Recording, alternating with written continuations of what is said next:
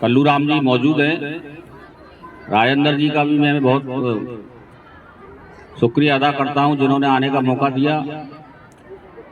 और हमारे माणिक चंद जी जिनका मतलब एक्सीडेंट हो गया था, जिनके मुझे बहुत दुख हुआ, भगवान उनको जल्दी ही स्वास्थ्य लाभ करे। और वो होते तो और भी अच्छा प्रोग्राम होता। तो बच्चों, गणतंत्र दिवस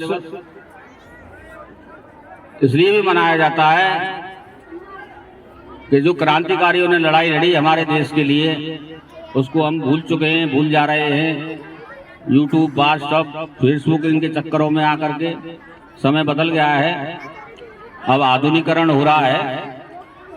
तो फिर भी मैं चाहूंगा कि एक बार भगत सिंह, चंद्रशेखर आजाद, झांसी की रानी लक्ष्मीबाई, दुर्गा भाभी, सुभाष चंद्र बोस, मंगल पांडे, पंडित राम प्रसाद बिस्मिल, अशफाक उल्लाह खां और भी अनेकों क्रांतिकारी हुए, लाला लाजपत राय, इन लोगों ने देश की आज़ादी के लिए बहुत कुछ किया, अपना खून बहाया और क्रांति की लड़ाई में बहुत ज़्यादा योगदान किया।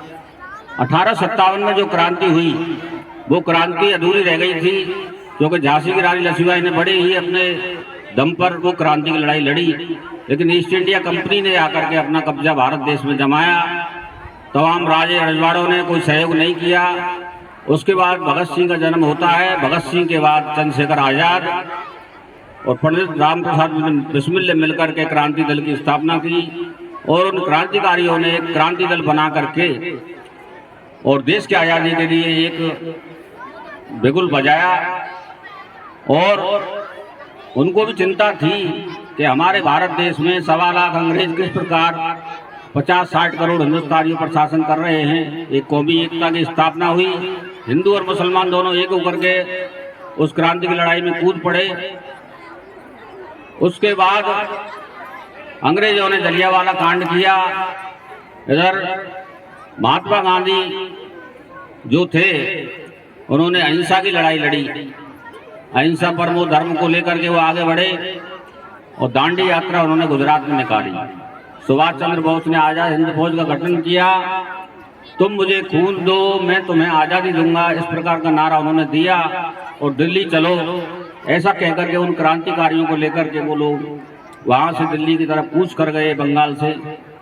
और देश में एक जब भगत सिंह को फांसी की सजा सुनाई गई तो 24 मार्च का दिन मुकर्रर किया गया, लेकिन अंग्रेजों को डर था कहीं देश 1931 में आजाद ना हो जाए।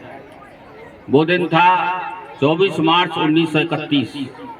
तो भगत सिंह ने कहा कि अंग्रेजों की कोर्ट है, अंग्रेजों की कचहरी है, जो फैसला ये लोग सुनाएंगे तो क्यों व्यर्थ में ये करते हो, जो फांसी देनी है जल्दी दे दो।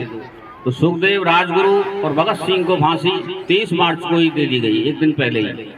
और वो फांसी रात को दी गई।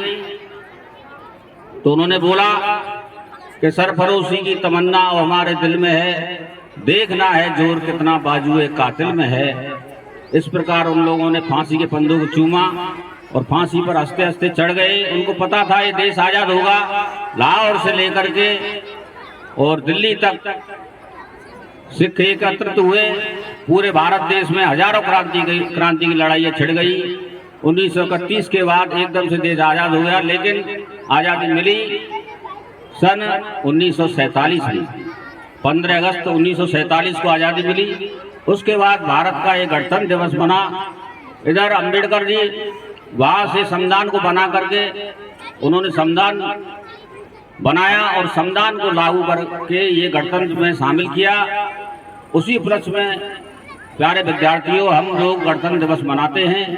तो आज उन शहीदों की याद में, क्योंकि लोग भूल चुके हैं, क्योंकि राजनेताओं के बड़े बड़े वादे और वो चलते रहते, इलेक्शन चलते रहते, इसकी वजह से हम भूल रहे हैं। मैको पद्धति की पढ़ाई लागू हो गई भारत में।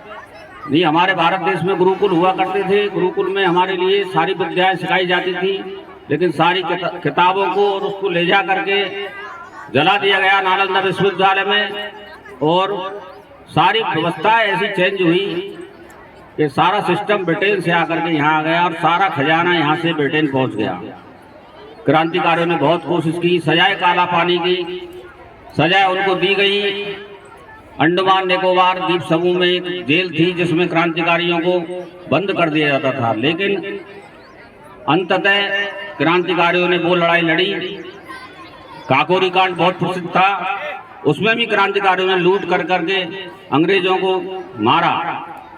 शहीद ऊधम सिंह ने विदेश में जाकर के जनरल डायर को मारा जिसने जलियांवाला कांड कराया था। तो दोस्तों, क्रांति की कहानियां बहुत सी हैं जिनको हम YouTube के जरिए या किताबों के जरिए हम तो हमारे ज़माने में किताबें पढ़ा करते थे, अब तो खैर ये ज़माना बदल गया है, तो ज़्यादा कुछ नहीं कहना चाहूँगा।